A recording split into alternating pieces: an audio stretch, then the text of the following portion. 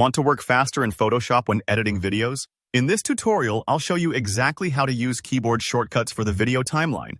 And by the end, you'll be confidently navigating back and forth, jumping through frames, and saving tons of editing time. Let's jump right in. First, open Photoshop and load your video project. You'll need the timeline panel visible, so if it's not already open, just go up to Window, then select Timeline.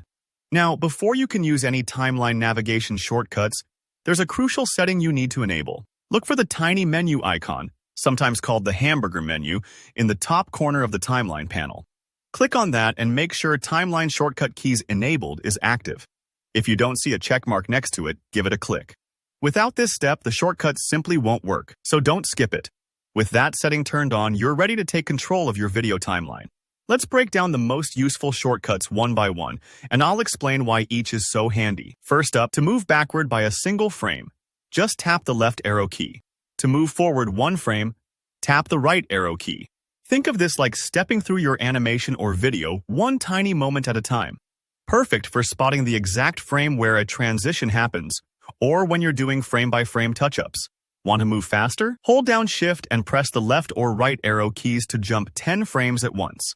This is ideal when you need to scan through footage quickly, say to find the place where a scene changes, or to locate a particular action, like a key moment in a sports highlight or the start of a dialogue. If you need to move in even larger increments, hold down Shift and use the up or down arrow keys. This will skip the timeline backward or forward by 1 second at a time. I really like this for efficiently previewing scenes, especially if your timeline is several minutes long. Just remember, if your frame rate is set high, 1 second can cover a lot of frames, so don't be surprised if the playhead leaps forward further than you expect. Next, jumping directly to the start or end of your timeline is simple. Press the home key to go straight to the beginning, and the end key to land at the very last frame. If you're working on a laptop that doesn't have dedicated home or end keys, you might need to use the function key. So, for example, try FN plus left arrow for home, or FN plus right arrow for end. It sounds small, but these shortcuts are lifesavers when you're reviewing your intro and outro, or syncing your clips. The last one is arguably the most important. Hitting the spacebar plays or pauses your timeline preview. Super intuitive. It's just like most media players. When you're doing edits or reviewing animation, this lets you instantly start and stop playback without reaching for your mouse.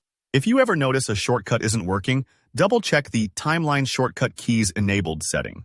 And, depending on your keyboard or operating system, some key combos may behave a bit differently, especially on laptops. Don't be afraid to experiment and try these shortcuts out. You'll get used to them in no time. That's it for today's tutorial. I hope these keyboard shortcuts help you speed up your Photoshop video editing workflow and make timeline navigation so much smoother. If you found this video helpful, please give it a thumbs up. Leave a comment below if you have any questions, and don't forget to subscribe for more Photoshop and creative tutorials. Thanks for watching, and I'll see you in the next one.